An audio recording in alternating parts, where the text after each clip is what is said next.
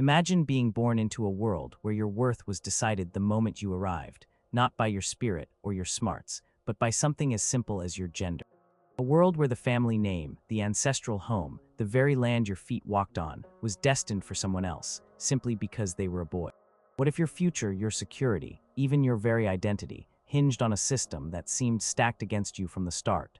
Welcome to 1125. Number 10. The custom of heir-first in local feudal holdings. Imagine a daughter, let's call her Elara, living in a small yet proud feudal estate nestled in the heart of what we now call France, around the year 1125. Father is a local lord, a minor noble, but one who holds his lands and his reputation dearly. He has no sons, only Elara. In a world where the power of the sword and the weight of land defined a man's standing, Elara's existence, while cherished by her parents, presented a profound challenge to the continuation of the family's legacy.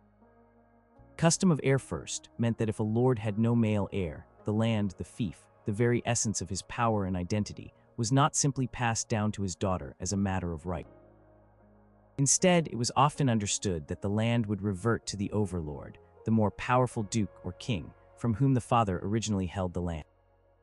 This wasn't an official, grand decree written in a king's court, but a deeply ingrained understanding, a custom that had become as binding as any written law. For Elara, this custom cast a long shadow over her life. She might have grown up learning about the management of the household, the intricacies of the local economy, and perhaps even some diplomatic skills from her mother. She might have possessed a keen mind and a strong will, qualities that would make her an excellent leader. Heir-first custom meant that her personal qualities were almost irrelevant when it came to inheriting the primary asset of her family, the land itself. The land was seen as intrinsically tied to military service, to the ability to raise a fighting force, to swear allegiance, and fulfill martial duties for the overlord. These were duties traditionally, almost exclusively, seen as belonging to men. A woman, even a capable one, was not perceived as being able to fulfill these roles. So, what happened to Elara and her family under this custom? Father, knowing the looming threat of his death without a male heir, would be consumed by anxiety. His options were severely limited. Try to arrange a marriage for Elara, a marriage that would essentially transfer the rights to the land to her husband. But this was no simple task. The husband would need to be acceptable to the overlord, strong enough to defend the land, and willing to take on the obligations associated with it. The marriage was not for love or companionship, but a strategic maneuver to preserve the family's hold on the land, albeit through another man's name and power. No suitable husband could be found, or if the overlord simply chose to exercise his right, the land would escheat, meaning it would return to the overlord upon the father's death. Elara, despite being the only child, the natural extension of her parents' lineage, would be left without the family estate. Her status would diminish drastically. She might receive a small dower, a portion of the land's income or some movable goods, but the family's power, their name, their place in the social hierarchy would vanish. She would become dependent on the good graces of her new husband, if she married, or on the charity of relatives. The psychological impact on a young woman like Elara, who understood the deep connection between land and identity in her world, would be immense. To witness her ancestral home, the very ground that nourished her family for generations, slip away, all because of a custom that prioritized male heirs, would have been devastating. This wasn't just about money, it was about legacy, about belonging, about the continuation of a family's history. Heir-first custom was a stark reminder that in 1125, for many daughters in feudal lands, their inheritance was not a guarantee, but a precarious privilege, subject to the whims of custom, biology, and the power dynamics of a patriarchal world. Number 9. The Byzantine Empire's nuance of property, daughters, and the Prostian. Step into the intricate world of the Byzantine Empire around 1125, a place far removed from the feudal manners of Western Europe, yet equally complex when it came to daughters and their inheritance. While the Byzantines, inheritors of Roman law, were generally considered more progressive in terms of women's rights compared to their Western counterparts, a specific nuance in their inheritance system could still leave daughters at a disadvantage, especially concerning certain types of property. This was the concept of the Prostian, a particular kind of agricultural estate, often a large, valuable rural property that served as the backbone of a family's wealth and status. Unlike Western Europe, Byzantine law, particularly the ecloga, a legal code from earlier centuries that still held sway, did allow daughters to inherit alongside sons. In theory, daughters and sons could receive equal shares of the paternal estate. This sounds fair, right? The devil, as they say, was in the details, specifically in how certain properties were valued and distributed, and the underlying societal expectations that often trumped legal equality. Prostian was often the most valuable asset, the cornerstone of a noble or wealthy family's power and income. It was not just land, it was a self-sufficient unit with laborers, buildings, and often a family residence. It was the symbol of continuity and prestige. Imagine a Byzantine family, the Komnenoi, well-established and proud, with extensive lands, including a magnificent Prostian outside Constantinople. The head of the family, Lord Alexios, has 3 children, 2 sons, Nikephoros and Manuel, and a daughter, Zoe. When Alexios dies, the law technically dictates that Zoe should receive an equal share of his estate.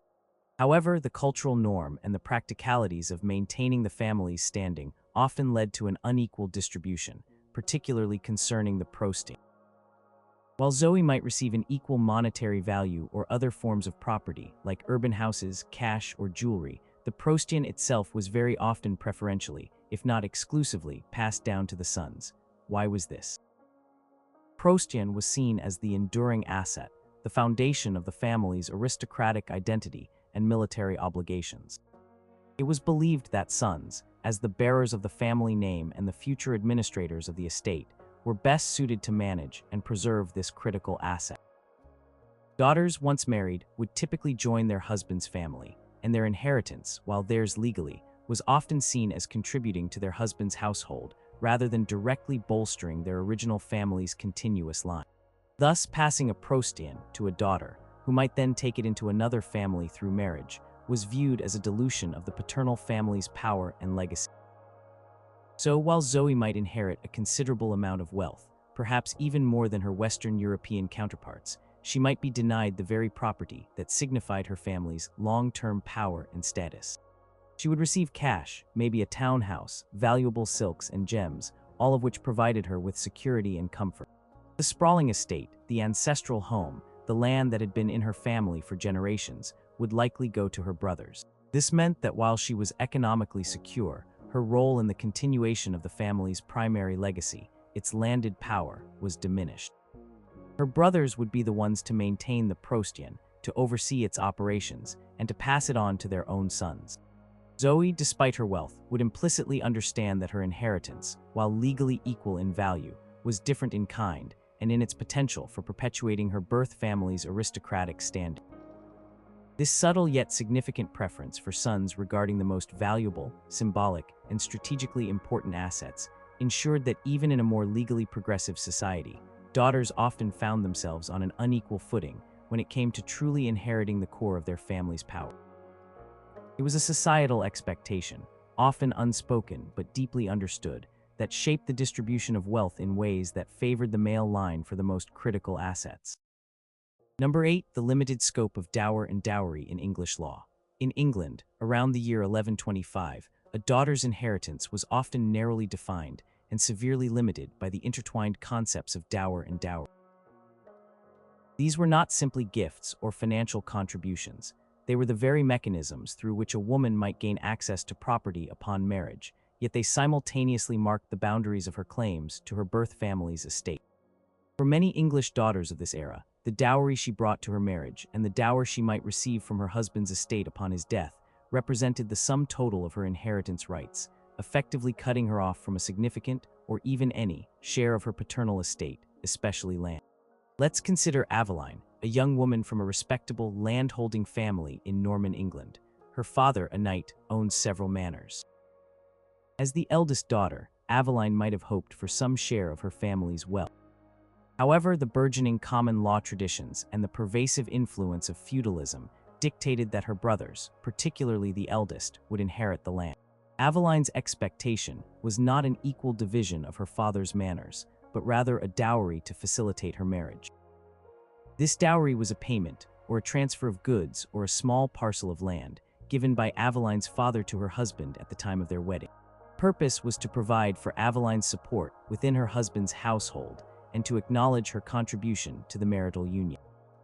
It was, in essence, her share of the family's assets, but it was specifically tied to her marriage and transferred to her husband's control.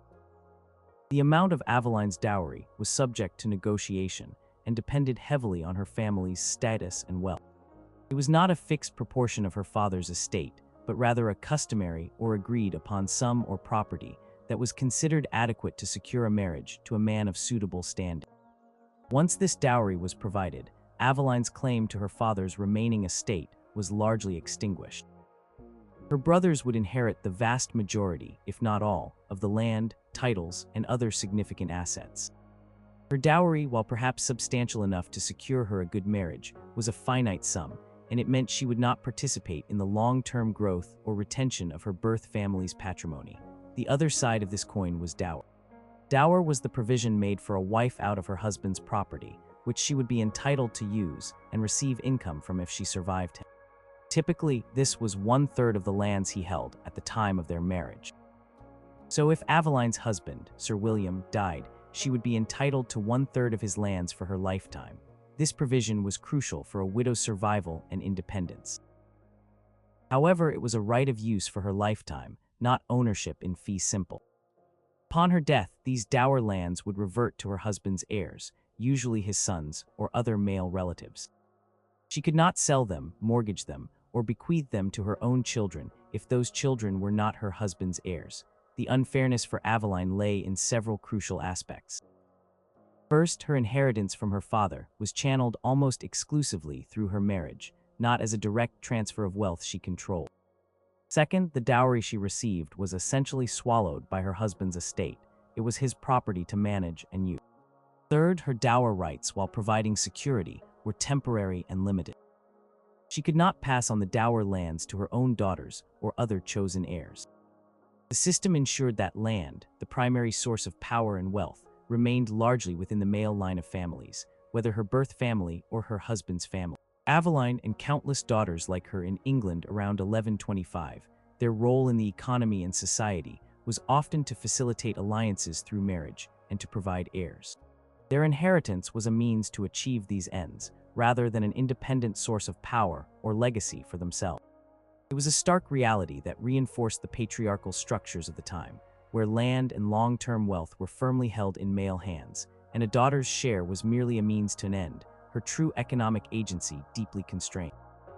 Number 7, the heir to the body, clause in Germanic law and custom. Venturing into the Germanic lands of the Holy Roman Empire around 1125, we encounter a legal concept deeply embedded in their customary laws, particularly among the nobility and landed gentry, the heir to the body clause. This principle, while not always explicitly written as a law, was a pervasive understanding that fundamentally dictated who could inherit significant property and titles. It essentially meant that inheritance, particularly of land and noble status, was strictly limited to those who were born of the body, and crucially were male.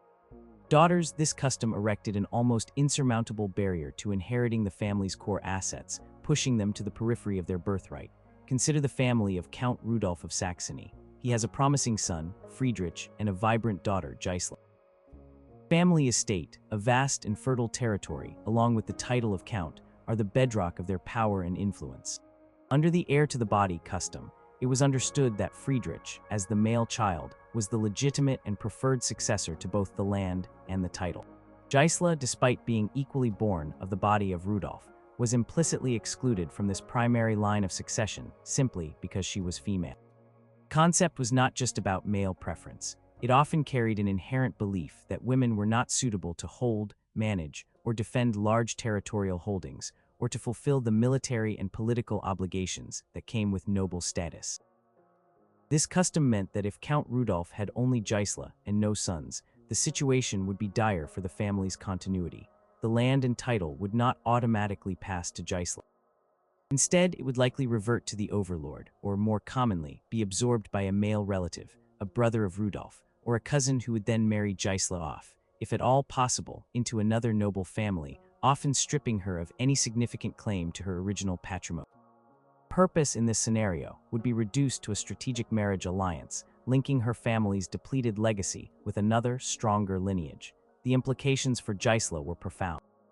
Upbringing, while perhaps privileged in terms of education and comfort, would have been framed by this understanding. She would not be groomed to administer estates or command soldiers, as Friedrich would be. Her future would largely depend on her marriage prospects. Her dowry, if one was provided, would be her primary form of inheritance, and it would be significantly less than the value of the family estate. This dowry would be taken into her husband's family, meaning her birth family's wealth, aside from this single payment, would remain entirely with the male line. Even if a powerful ruler, like an emperor, tried to grant a special dispensation for a daughter to inherit, it was often met with resistance and skepticism within the existing noble structure. Such grants were rare exceptions, not the rule, and often came with the condition that she marry a powerful man who could uphold the obligations of the fief. Heir to the body clause reinforced a deeply patriarchal worldview where the strength and continuity of a noble house were inextricably linked to its male members. The land was not just property, it was a symbol of military prowess and political power, qualities almost exclusively attributed to men. Daughters like Gisela, this meant a life where their future was perpetually seen through the lens of marriage and alliance, rather than direct inheritance and independent agency. They were valuable as conduits for lineage, as diplomatic tools, and as wives and mothers of future male heirs, but rarely as direct inheritors of the primary wealth and power of their birth families.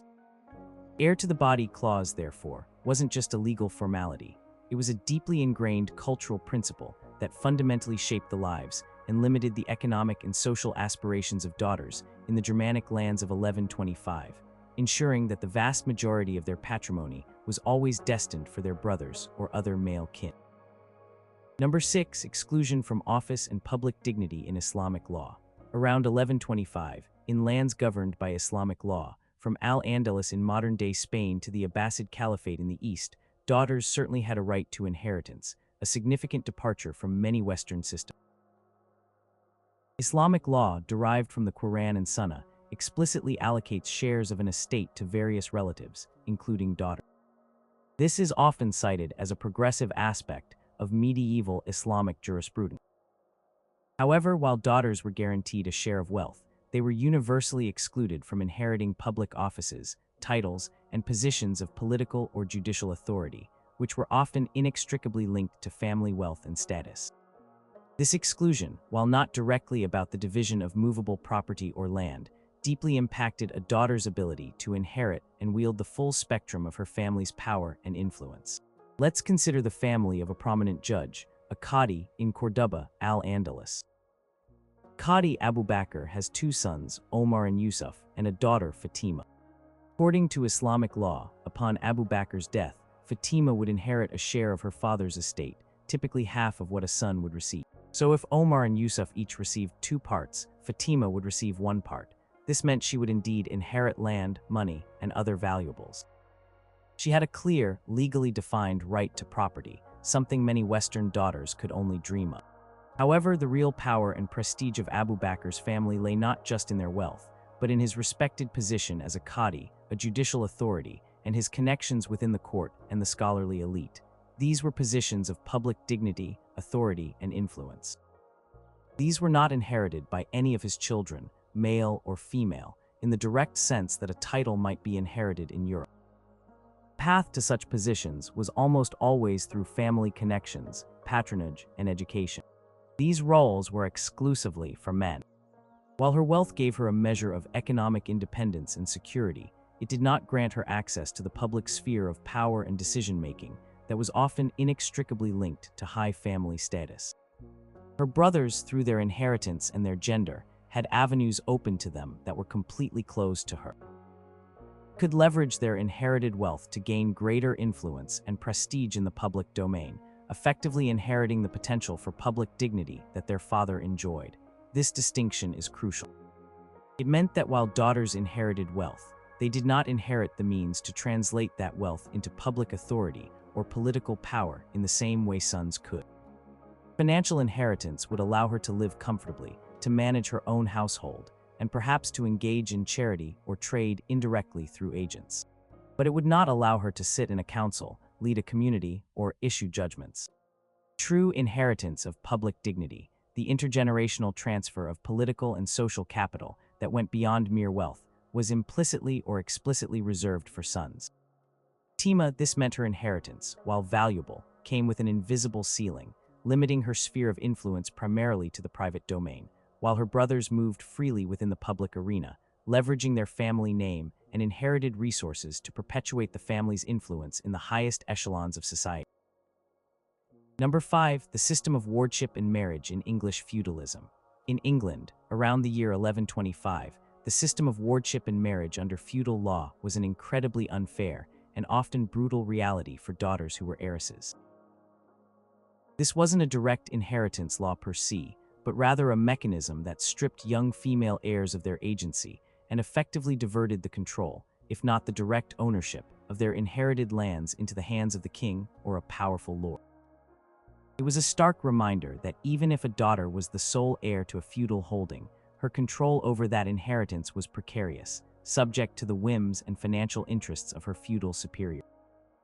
Imagine a situation involving Lady Elara, a young girl, perhaps no older than 10, whose father, a baron, has just died without a male heir. Elara is the sole heir to a vast and valuable barony in the English countryside. In a truly equitable system, Elara would simply step into her father's shoes and assume control of her inheritance. This was 1125, and England was governed by a robust feudal system.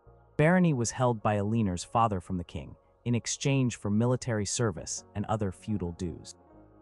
Upon her father's death, and because Elara was still a minor and a female, the king's right of wardship immediately kicked in. Wardship meant that the king, as the overlord, gained control over Elara's lands and her person until she came of age, typically 14 for a female heiress for the purpose of marriage. During this period, the king would receive all the revenues from Elara's lands, effectively enriching the royal treasury, while Elara received nothing from her own patrimony. The king also had the right to arrange Elara's marriage. This marriage was not about finding a loving partner for Elara. It was a highly valuable asset that the king could sell to the highest bidder. A powerful lord or wealthy individual would pay a substantial sum to the king for the right to marry Elara, because through her, he would gain control over her lands for his lifetime. The unfairness for Elara was multi-layered. First, she was completely dispossessed of her inheritance during her minority. The revenues that should have supported her and her estate went directly into the king's coffers. Her lands might even be poorly managed during this period, as the ward might focus on extracting maximum profit rather than long-term stewardship. Second, her future was dictated by the king's financial interests. She had no say in who her husband would be. She could be married off to a man much older than her, to a man of lower social standing who simply had the money to buy her marriage, or to someone she found repugnant, all to suit the king's political or financial agenda. If Elara refused the marriage arranged for her, she faced severe penalties, including fines so ruinous that they could strip her of her entire inheritance or even imprisonment. The system was designed to ensure that feudal obligations were met, and that land, a source of military power and revenue, remained ultimately under royal control, especially when held by a vulnerable female. For Elara, her barony was not a birthright that granted her independence or power. It was a commodity that could be bought, sold, and controlled by others. Her identity as an heiress meant not privilege, but vulnerability and a profound lack of control over her own destiny. Even when she came of age and married, her lands would largely be managed by her husband, further diminishing her direct control. The system of wardship in marriage was a chilling demonstration of how even daughters who were technically heirs could be stripped of their agency and their wealth, their lives becoming pawns in the larger game of feudal power and royal finances. It was a systematic exploitation of female vulnerability, ensuring that the control of land and power remained firmly in male hands. Number 4. The practice of portioning daughters in French customary law. Across the fragmented legal landscape of medieval France around 1125, where various local customs often held more sway than any unified royal decree, a common practice known as portioning daughters profoundly limited their inheritance. This wasn't a universal, ironclad law for all of France, but a widespread customary practice, particularly among the nobility and wealthy commoners, that essentially dictated that a daughter's share of the family's estate was settled upon her marriage, and thereafter she had no further claim to her birth family's patrimony. She received a portion, and that was her inheritance, fixed and final. Consider Isabelle, the daughter of a prosperous knight in Normandy. Father holds land, owns vineyards, and has accumulated significant wealth. He has two sons, Guillaume and Philippe, and then Isabelle. While her brothers are being trained in martial arts and estate management, preparing to inherit the bulk of the family lands, Isabelle's future is framed by the expectation of marriage. When a suitable marriage alliance is arranged for Isabelle, her father provides her with a portion. This portion could be a sum of money, a specific dowry of goods like livestock or household items, or sometimes a small, clearly defined parcel of land or property that was explicitly separated from the main family estate. The critical aspect of portioning was its finality. Once Isabelle received her portion and entered into marriage, she was considered to have received her full and complete share of her family's inheritance. From that moment forward, she had no further legal or customary claim to her father's lands, his castles, or any other assets that remained. This meant that the vast majority of the family wealth, the ancestral home, the fertile farmlands, the symbols of family power and prestige, would pass entirely to her brothers. Isabelle, despite being a direct descendant, was systematically excluded from the long-term continuity of her family's main estate. Justification for this practice was rooted in the idea that a woman, upon marriage, became part of her husband's family. Her economic support and future lay with him. Portion was seen as her contribution to her new household, a means of establishing herself within her marital family. It was not intended to give her an independent economic base or a continuous stake in her birth family's wealth. The intention was to prevent the fragmentation of the family's primary landholdings, ensuring that the core estate remained intact, usually under the control of the eldest son, or failing that, other male heirs. Isabelle, this meant that while she might have been provided for, her financial destiny was no longer tied to her family of origin. She was, in a sense, bought out. Her brother's fortune soared. If the family estate prospered greatly after her father's death, Isabelle would not benefit. Her fixed portion remained just that, fixed. She had no recourse, no right to ask for more. This contrasted sharply with her brothers, whose inheritance was fluid and tied to the ongoing prosperity of the main estate. The emotional and social impact on daughters like Isabelle was significant. While they might receive a comfortable living, the message was clear. Their primary role was to marry and contribute to another family, not to perpetuate their own family's wealth and legacy in the same way their brothers would. Connection to their ancestral home became more tenuous with each passing year of marriage. The practice of portioning daughters, therefore, acted as a powerful social and legal mechanism in medieval France, ensuring that the accumulation and concentration of wealth and power remained firmly within the male line, while daughters, though provided for, were ultimately peripheral to the central economic and political continuation of their birth families. Number 3, the custom of the marriage settlement in parts of Scandinavia. In some parts of Scandinavia around 1125, particularly where older Norse customary laws persisted and were still influential, daughters faced unique disadvantages regarding inheritance through what might be termed the marriage settlement custom. While Scandinavian laws could be more flexible than strict primogeniture systems in Western Europe, allowing daughters to inherit movable property, and sometimes even land if there were no sons, a prevalent custom often saw a daughter's inheritance significantly tied up and sometimes effectively diminished through arrangements made upon her marriage. This wasn't about outright disinheritance, but a structuring of her inheritance that limited her control and independence compared to her male counterparts. Consider Ingrid, a young woman from a wealthy landowning family in what is now Norway. Father, a respected chieftain, has several sons and a daughter, Ingrid. When it came to inheritance, Norse custom dictated that sons would typically inherit the bulk of the land, especially the family homestead, the odel land, which was often considered inalienable and passed through the male line.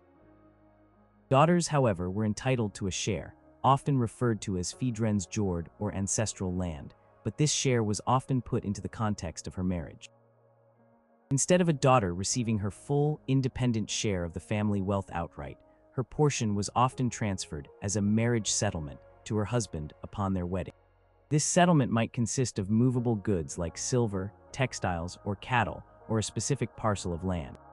While legally it was her share, its control immediately passed to her husband. This meant that Ingrid, while technically an heiress, did not gain direct control over her inheritance. Her husband would manage it, use its revenues, and integrate it into his own family's assets. The unfairness lay in the immediate transfer of control. For sons, their inheritance of land meant direct control and the ability to manage, develop, and leverage that asset for their own benefit and the benefit of their future family. Ingrid, her inheritance, though real in value, became part of her husband's domain. She might have had a right to maintenance from it, and perhaps even some say in its management in her husband's absence or incapacitation, but the primary decision-making power rested with him. This reduced her status from an independent wealth holder to a woman whose wealth was managed by her husband. Furthermore, if the marriage dissolved, or if Ingrid's husband proved to be a poor manager, her inheritance was at risk. While some customs might stipulate a return of the dowry or a portion of it, in case of the husband's death or divorce, the wealth might already be diminished or entangled in her husband's debts. The expectation was that her inheritance would contribute to her new family, not serve as a separate, independent financial base for her. This system, though seemingly providing for daughters, effectively perpetuated male control over the vast majority of family wealth. It ensured that while daughters were not entirely cut off, their economic agency was often curtailed the moment they married. The marriage settlement acted as a conduit through which a daughter's potential economic independence was converted into an asset for her husband and his lineage. Ingrid, it meant that her value as an heiress was largely measured by what she could bring to her husband's house, rather than what she could independently control or build upon for herself. It was a subtle yet powerful limitation, ensuring that the primary threads of economic power and lineage remained firmly in the hands of the sons, while the daughter's inheritance was largely absorbed into another man's domain. Number 2, the Roman law principle of legitim, as applied in Southern Europe. In the south of Europe, particularly in regions influenced by the enduring legacy of Roman law, such as parts of Italy and Spain around 1125, a legal concept known as legitim, or legitima portio, was highly significant. This principle, derived from ancient Roman legal traditions, mandated that children, including daughters, were entitled to a fixed minimum share of their parents' estate. While this sounds incredibly progressive, ensuring daughters could not be completely disinherited, its application often had the unintended consequence of limiting their actual inheritance, especially compared to their brothers, or what they might have received under a truly equitable system. Consider Giulia, the daughter of a prosperous merchant family in Pisa. Father Pietro has accumulated considerable wealth through maritime trade, ships, warehouses, urban property, and a large sum of coin. Pietro has 2 sons, Marco and Fabio, and then Giulia. Under Roman law, as interpreted and applied in the medieval period, Pietro could not simply disinherit Giulia. She was entitled to her legitim share, which was typically a proportion of the estate, often a third or half of what she would have received if the estate were divided equally among all children. This minimum share provided her with a guaranteed inheritance. However, the fairness ended there. While Giulia was guaranteed something, the legitim was a minimum entitlement, not necessarily an equal one. Pietro had significant freedom to dispose of the remainder of his estate beyond the legitim portion. This meant he could, and often did, bequeath the vast majority of his wealth, particularly the core assets of his business and the most valuable properties, to his sons. His sons might receive substantially more than just their legitim share, inheriting the entire ongoing business, ships, and prime real estate, while Giulia's inheritance was limited to her legitim, a smaller, fixed portion, often in cash or less strategically important property. The legitim principle, therefore, prevented total disinheritance, but also served as a legal justification for an unequal distribution of wealth that favored sons. It set a floor for daughters' inheritance, but did not provide a ceiling for sons. For Giulia, this meant that while she would certainly receive some wealth upon her father's death, she would not be an equal partner in the family's legacy. Her brothers would inherit the thriving business, the network of contacts, and the potential for continued growth and accumulation of wealth. Her legitim might provide her with security and comfort, perhaps even a dowry to facilitate a good marriage, but it would not give her the same economic power or future potential as her brothers. Furthermore, the legitim often meant that a daughter's share was considered settled upon marriage, or at least fixed at that point, similar to the portioning seen elsewhere.